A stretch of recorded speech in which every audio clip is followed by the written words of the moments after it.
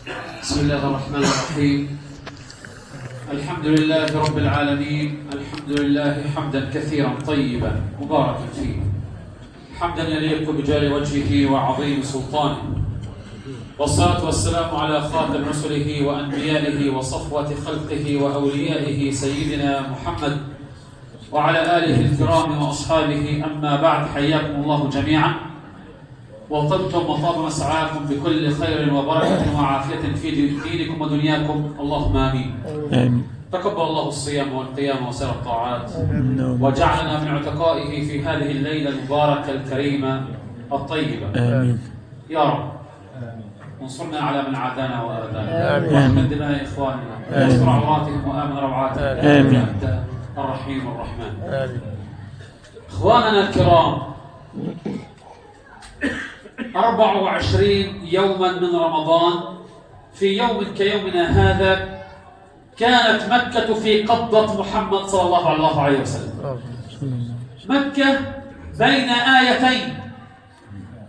الآية الأولى قول الله تبارك وتعالى: إن الذي فرض عليك القرآن لرادك إلى معاد، قل ربي أعلم بمن جاء بالهدى ومن هو في ضلال مبين. والآية الثانية: قل جاء الحق وزهق الباطل إن الباطل كان زهوقا. الآية الأولى نزلت على فؤاد حبيبنا صلى الله عليه وسلم وهو في طريق الهجرة بين مكة والمدينة في منطقة الجحفة. والآية الثانية كانت الآية التي يشدو بها محمد صلى الله عليه وسلم وهو يحطم أوثان قريش على مرأى ومسمع منها. 8 سنوات فقط بين الآية الأولى والآية الثانية، 8 سنوات فقط.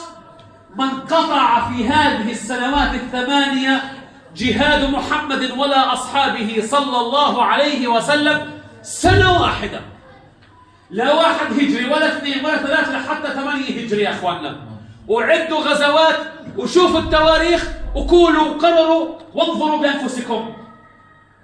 الرسول صلى الله عليه وسلم يوم أن حشد حشوده وشل قريشا بالضربة القاضية فعسكر حولها في 10,000 موحد، وأمرهم بإيقاد 10,000 نار، مش كل 10 حوالين نار ولا كل 5 حوالين نار، لا، كل واحد بده يولع نار. سور من النيران ضرب حول مكة. فقالت قريش: لو كل نار عليها 5 ولا 10 معناته جاءكم محمد بما لا قبل لكم به.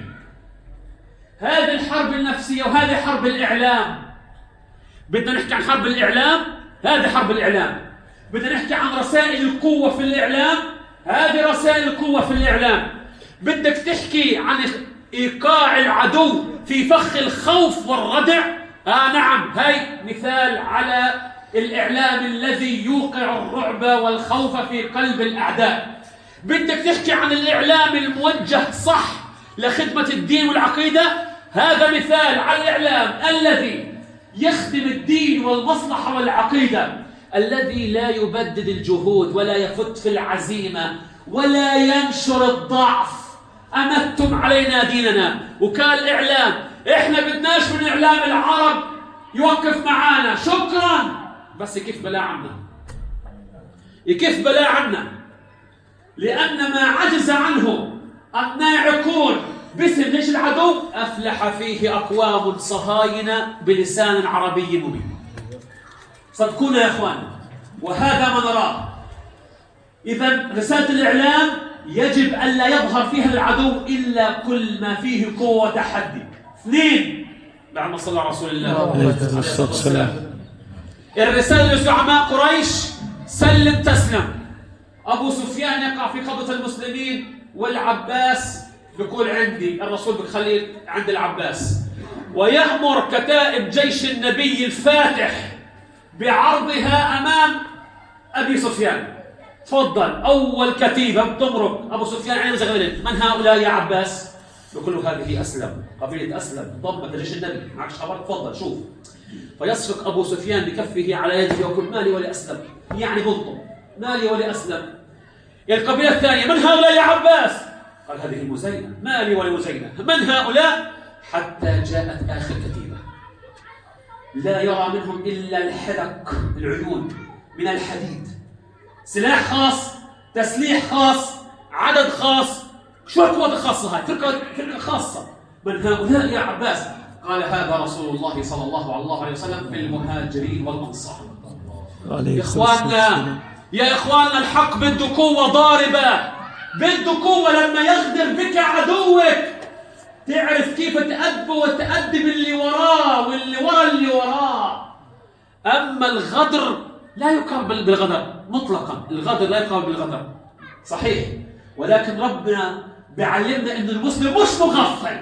وإما تخافن من قوم خيانة فأنبذ إليهم على سواء. أنا ملتزم ما دمتم أنتم ملتزمون. لما في غدر بده يكون في قوة تكسر رأس الغادر وتأدبه. وشوف الرسول صلى الله عليه وسلم كيف جابها من الآخر. ما راح على بني بكر اللي هجموا على خزاعة يأدب هالصغار المتهاوشين، لا يا سيدي، راح على الراس الكبيري. علمنا محمد صلى الله عليه وسلم بدك تعالج السبب مش النتائج. انت مسلم مش عشان تصفع خلص، لا، اليوم انت مسلم قوي بدك ترد الصفعة ب1000 والمعقل والمقر اقتحم. وراح ابو سفيان رأس مكة وزعيمها شو بقول؟ اعطونا على الزعماء، اعطينا شو؟ هات من الاخر، اعطينا الموجز. قال لهم: خلوا محمدا وما اراد، يفتح مكة لمحمد عليه الصلاة والسلام. طب السؤال الآن: لماذا لم يدافع زعماء مكة التاريخيون الوطنيون عن أرضهم وعن مدينتهم؟ ليش سمحوا تتسلم المدينة هيك بدون قتال؟ ليش ما دافعوا عنها حتى الرمق الأخير؟ ليش ما ماتوا دفعوا أرواحهم ثمن لمكة؟ ليش سلموا بهالسهولة؟ إخواننا الكرام، التاريخ لا زال يعلمنا بأنه لا يثبت في ميادين الحق إلا أصحاب العقيدة والدين، وأن أصحاب الدين والعقيدة هم الأرسخ جنانا قلبا وأثبت قدما وأعلى تضحية وأشجع ميدانا. ولا زالت الميادين بالصحابية حتى اليوم ترينا هذا النماذج في غزة وغيرها. أصحاب الدين بس. انتوا بتفكروا اللي جاي قاتل ومرتزق ومدفوع له واللي خايف على مصلحته وخايف على تجارته وخايف على منصبه وخايف على زعامة قريش واللي خايف على تجارته وبرج عليها، إيه هذا كثير بده يطلع يقاتل محمد ويموت؟ قال: لا يا عم، سمعت راسي، بما أنه محمد قال: من أغلق بابه على نفسه فهو آمن، ما أمن حالي. أما مبدأ ومش مبدأ وقيمة ومش قيمة وشعار ومش شعار كلها هباء منثورا. كم سمعنا من شعارات يعني أشبعنا ونحن نسمعها وساقوها علينا سنوات بعد سنوات بعد سنوات، ثم ماذا بعد؟ لما أجت الميادين وأجى وقت التطبيق إلا هي لا هم قد الشعار ولا قد المبدأ ولا قد الميدان. أخيرا، كم واحد قلنا في جيش الفتح المبين؟ كان 10,000 موحد. حدا عمره يا إخواننا قرأ في كتاب سيرة أسماء 10,000 واحد؟ لا. بنعرف أسماءهم كلهم؟ لا. إحنا بنعرف أسماء كبار الصحابة وبعضهم اللي ورد في الروايات وإلى آخره، أما لا نعرف 10,000. ما فيش إحصائية لا بأسمائهم ولا بأنسابهم، ولكن الله علمهم. كلهم صنعوا الفتح المبين، كلهم صنعوا فتح مكة، كلهم صنعوا النصر، ولكن مجهولون في الأرض معروفون في السماء، حسبهم أن الله يعرفهم.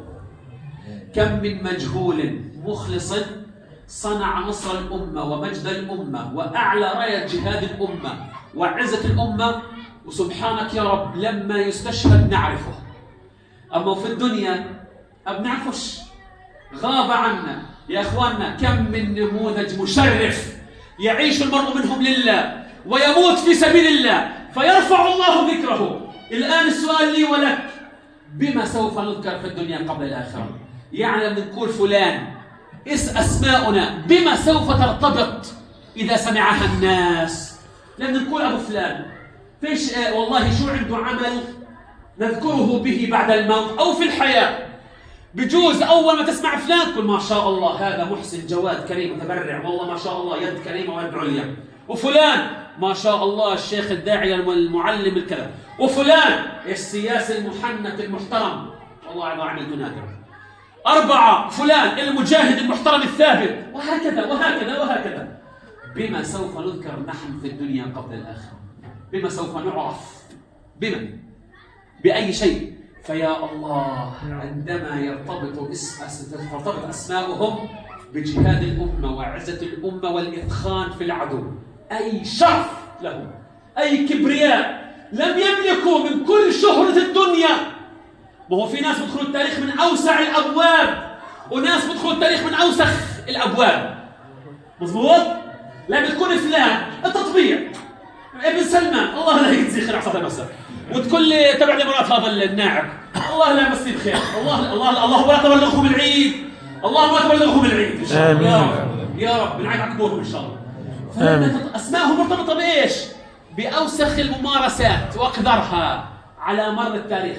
وفي ناس بدخلوا التاريخ من اوسع ابوابه، عاشوا لله وماتوا لله، لا يملكون الا لثاما وسبابه وكنيه، حتى اسمهم تعرفوش. أما اللثام توشح به وحتى ما وجهه تعرفهاش. وأما السبابة فصنع بها النذير والبشير، يزف لنا البشير وعلى رأس أعدائه النذير. وكنية أبو فلان لا بتعرفوا ولا بتعرف نسبه، ولكن حسبهم أن الله يعلمهم. 10,000 موحد كانت لهم حياة وكانت لهم عائلات كانت لهم أنساب، ولكنهم صنعوا النصر والفتح المبين بهؤلاء على محمد وعلى دين محمد، وانتصر محمد ودخل مكة. اللهم كما أريت محمدا صلى الله عليه وسلم نصرك وظفرك وصلحا ثم غدر به ثم انتصر في فتح المبين، أرنا الفتح المبين اليوم على خائنة العرب وخائنة الغرب والشرق، إنك ولي ذلك وأنت القادر عليه. اللهم استر عوراتهم، اللهم آمن روعاتهم، اللهم ثبت الحق أقدامهم، اللهم صوب رأيهم، اللهم صوب رميهم، اللهم مكنهم من رقاب عدوهم، اللهم عليك بهم بعدوهم فإنهم لا يعجزونك يا الله. اللهم من آذاهم فآذه ومن عاداهم فعاده. اللهم اخسف بيهود ومكن بيهود، اكسر شوكتهم واحل قوتهم إلى ضعف وأزل هيبتهم، واهتك ستر المطبعين والمنافقين والمثبطين، إنك ولي المؤمنين وبالإجابة رؤوف رحمن رحيم. وقوموا إلى صلاتكم يرعاكم الله ويتقبل منكم.